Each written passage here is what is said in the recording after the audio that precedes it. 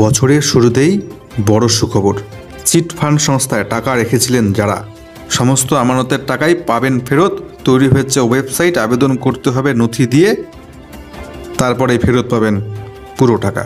রোজ valley chit fund সংস্থায় টাকা রেখেছিলেন যারা, তাদের জন্যই প্রথম সুখবর। এই রোজ ভ্যালির সংস্থায় আমানতকারীর সংখ্যা প্রায় 60 লক্ষ। যাদের কষ্টার্জিত সঞ্চয় নিয়ে আজও চলছে টানাটানি, রোজ ভ্যালি সংস্থায় যারা টাকা রেখে আর ফেরত পাননি টাকা, এবার তাদের জন্য বিরাট বড় সুখবর। নতুন বছরের শুরুতেই খুব তাড়াতাড়ি বিনিয়োগ যে করেছিলেন টাকা, সেই টাকা ফেরত পাবেন সমস্ত বিনিয়োগকারীরাই। ইতিমধ্যেই টাকা ফেরত দেওয়ার জন্য প্রক্রিয়া শুরু হয়ে গিয়েছে। টাকা ফেরত দেওয়ার জন্য একটি ওয়েবসাইট তৈরির কাজ ইতিমধ্যে চলছে। এখনও পর্যন্ত ওয়েবসাইট সম্পূর্ণ তৈরি হয়নি, তবে কাজ চলছে। যথোপযুক্ত নথিপত্র সেই ওয়েবসাইটে আপডেট করে টাকা ফেরতের জন্য আপনাকে আবেদন করতে হবে। যেই সকল বিনিয়োগকারীদের টাকা, আমানতের টাকা 5,000 টাকার কম ছিল, তাদের টাকা প্রথমে ফেরত দেওয়া হবে এবং তারপর ধাপে ধাপে বাকিদের টাকাও ফেরত দেওয়া হবে। আদালতের নির্দেশের পরিপ্রেক্ষিতে টাকা ফেরত দেওয়ার এই কাজ শুরু হচ্ছে জানুয়ারি মাস থেকেই। আদালতের নির্দেশের পর ইতিমধ্যে ওয়েবসাইট তৈরির কাজ শুরু হয়ে গিয়েছে।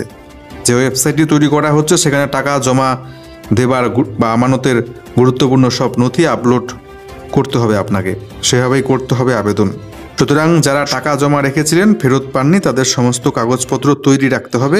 কেননা যে খবর পাওয়া যাচ্ছে তাতে 2024 সালের অর্থাৎ এ মাসের জানুয়ারি মাসের প্রথম দিকে ওয়েবসাইটটি পুরোপুরি তৈরি হয়ে যাবে, তারপরেই আবেদনপত্র গ্রহণ শুরু হবে। রোজ ভ্যালি চিট ফান্ড সংস্থায় মোট আমানতের পরিমাণ প্রায় 3,000 কোটি টাকা। বর্তমানে ওই সংস্থার লাভ্যাংশ থেকে শুরু করে সমস্ত সম্পত্তি বিশেষ তত্ত্বাবধানে রয়েছে। জানা যাচ্ছে রোজ ভ্যালির এই মুহূর্তে প্রায় 800 কোটি টাকা নগদ তো রয়েছে, আরও সম্পত্তি বাজেয়াপ্ত করে তোলা হয়েছে প্রায় 2,100 কোটি টাকা, অর্থাৎ মোট 2900 কোটি টাকা কিন্তু তোলা রয়েছে। এক্ষেত্রে টাকা ফেরত দেওয়ার প্রক্রিয়া শুরু হলে অন্ততপক্ষে 60 লক্ষ বিনিয়োগকারীর মুখে হাসি ফুটতে চলেছে বলেই মনে করা হচ্ছে।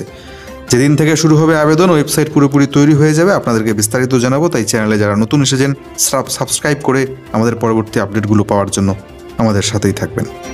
রাজ্যের পঞ্চায়েত দপ্তরে 7,000-এর অধিক শূন্য পদে হচ্ছে কর্মী নিয়োগ, ছাড়পত্র মন্ত্রিসভার। রাজ্য জুড়ে বিভিন্ন গ্রাম পঞ্চায়েত এবং পঞ্চায়েত সমিতির 7,216টি শূন্য পদে কর্মী নিয়োগের ছাড়পত্র দিল মুখ্যমন্ত্রী মমতা বন্দ্যোপাধ্যায়ের মন্ত্রিসভা। বৃহস্পতিবার মন্ত্রিসভার বৈঠকের পরে রাজ্য সরকারের তরফ থেকে এই ঘোষণাটি করেছেন রাজ্যের ক্ষুদ্র সেচ মন্ত্রী মানস ভূঁইয়া। তার সঙ্গে ছিলেন ক্রীড়ামন্ত্রী অরূপ বিশ্বাস এবং শিল্পমন্ত্রী শশী পাজা। দীর্ঘদিন ধরে এই পদগুলি শূন্য ছিল, যার মধ্যে গ্রাম পঞ্চায়েত স্তরের 6,652টি শূন্যপদ এবং পঞ্চায়েত সমিতি স্তরের শূন্যপদ রয়েছে 564টি। এই নিয়োগ প্রক্রিয়া সম্পূর্ণ করতে ইতিমধ্যে একটি পোর্টাল তৈরি করা হয়েছে, যার সাহায্যে এই নিয়োগ প্রক্রিয়া সম্পূর্ণ করা হবে বলে জানাচ্ছেন রাজ্যের এই মন্ত্রী।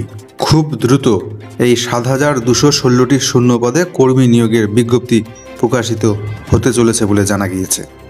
যুবশ্রী প্রকল্পে বেকার ভাতা প্রতি মাসে 1,500 টাকা করে। রাজ্যে ক্ষমতায় আসার পর বাংলার মুখ্যমন্ত্রী এই প্রকল্প চালু করেছিলেন।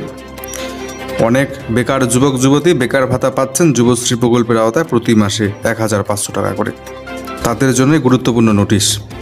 যে সকল কর্মপ্রার্থী যুবশ্রী প্রকল্পের মাধ্যমে ভাতা পাচ্ছেন তাদের আগামী 15ই জানুয়ারি 2024 থেকে 4 ফেব্রুয়ারি 2024 তারিখের মধ্যে অবশ্যই অ্যানেক্সার 3 ফর্মটি অনলাইনে সাবমিট অ্যানেক্সার 3 লিঙ্কের মাধ্যমে জমা দিতে অনুরোধ করা হচ্ছে। তো দেখছেন এই ওয়েবসাইটের উপরেই সাবমিট অ্যানেক্সার 3 দেখা যাচ্ছে। 15ই জানুয়ারি থেকে এখানে গিয়ে আপনাকে অ্যানেক্সার 3 সাবমিট করতে হবে। যারা ভাতা পাচ্ছেন অ্যানেক্সার 3 যদি আপনি এই ডেটের মধ্যে সাবমিট না করেন, জমা না করেন, আপনার ভাতা কিন্তু বন্ধ হয়ে যাবে। এবং যারা আবেদন করেছেন ভাবছেন এখনও কেন ভাতা পাচ্ছে না, তাদের জন্য জানিয়ে দিই, নতুন কোনো লিস্ট কিন্তু এখনও পর্যন্ত বের হয়নি। নতুন লিস্ট এলে আপনাদেরকে আমরা সেই ইনফরমেশনও জানিয়ে দেব। তবে যারা ইতিমধ্যে ভাতা পাচ্ছেন তাদের জন্য কিন্তু এই গুরুত্বপূর্ণ নোটিশ। 4 ফেব্রুয়ারির মধ্যে অ্যানেক্সার 3 সাবমিট করতে হবে, না হলে বন্ধ হয়ে যাবে আপনার এই ভাতা। 25% থেকে 40% পর্যন্ত কমল ওষুধের দাম। প্রেশার, ক্যান্সার, অ্যালার্জির ওষুধ, প্যারাসিটামল সহ 19 ধরনের বহুল ব্যবহৃত ওষুধের দাম কমালো কেন্দ্রীয় সরকার। তালিকায় রয়েছে অ্যামলোডিপিন, টেলমিসার্টন, মেটোপ্রোন সহ 9 ধরনের প্রেসারের ওষুধ রয়েছে। জন্ম নিয়ন্ত্রণের ওষুধও।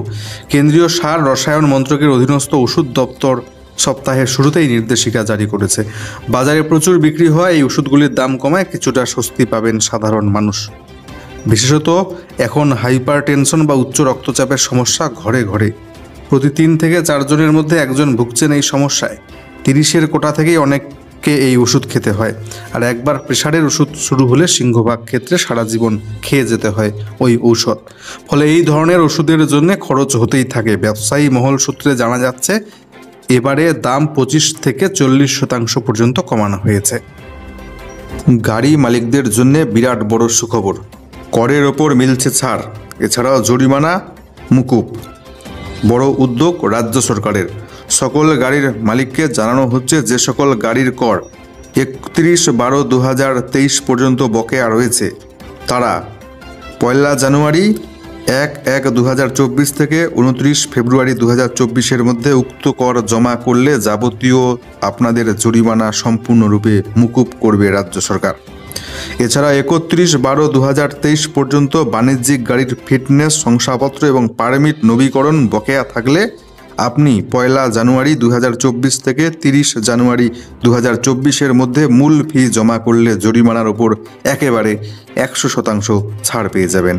এবং 31/1/2024 থেকে 29 ফেব্রুয়ারি 2024-এর মধ্যে মূল ফি জমা করলে জরিমানার ওপর আপনি 80% ছাড় পেয়ে যাবেন। ট্যাক্স এবং অন্যান্য ফি সমূহ নিকটবর্তী আরটিও অথবা LRTO অফিসে জমা দেওয়া যাবে। যারা আপনারা চাইলে ট্যাক্স এবং ফিটনেস ফি অনলাইনে জমা করতে পারবেন, সেজন্য আপনাকে ভিজিট করতে হবে poribohon.gov.in এই ওয়েবসাইটে।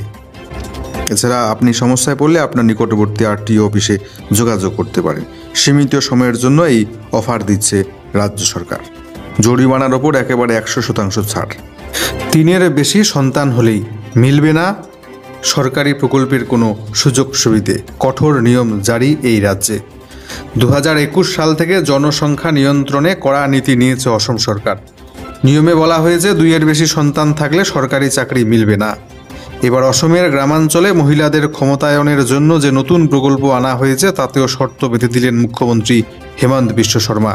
তাতে বলা হয়েছে 3-এর বেশি সন্তান থাকলে মুখ্যমন্ত্রী মহিলা উদ্যমিতা অভিযান প্রকল্পের সুবিধে আর পাবেন না ওই মহিলারা। আর আদিবাসী জনজাতি মহিলাদের যদি 4-এর বেশি সন্তান থাকে সেক্ষেত্রে তাদেরও ওই প্রকল্পের সুযোগ আর মিলবে না। বৃহস্পতিবার অসমের মুখ্যমন্ত্রী গ্রামীণ মহিলাদের জন্য নতুন প্রকল্পের ঘোষণা করেছেন। স্বনির্ভর গোষ্ঠীর মহিলারা গ্রামাঞ্চলে ছোট শিল্পপতি হতে পারেন। বছরে এক একজন যাতে অন্তত 1 লক্ষ টাকা উপার্জন করতে পারেন সেটাই নতুন প্রকল্পের লক্ষ্য। এই জন্য বাজেটে ইতিমধ্যে 3,900 কোটি টাকা বরাদ্দ করেছে সেই রাজ্য সরকার। কিন্তু প্রকল্পের সুবিধে পেতে হলে রয়েছে শর্ত। হেমন্ত বিশ্ব শর্মার কথায় জনসংখ্যা নিয়ন্ত্রণ নীতি মেনে প্রকল্পের সুবিধে দেওয়া হবে।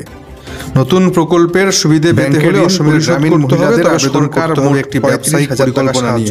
আবেদন গৃহীত হলে তারা প্রথম বছর পাবেন 10,000 টাকা, পরের বছর থেকে ব্যাংক এবং সরকার থেকে 12,500 টাকা করে মিলবে সাহায্য।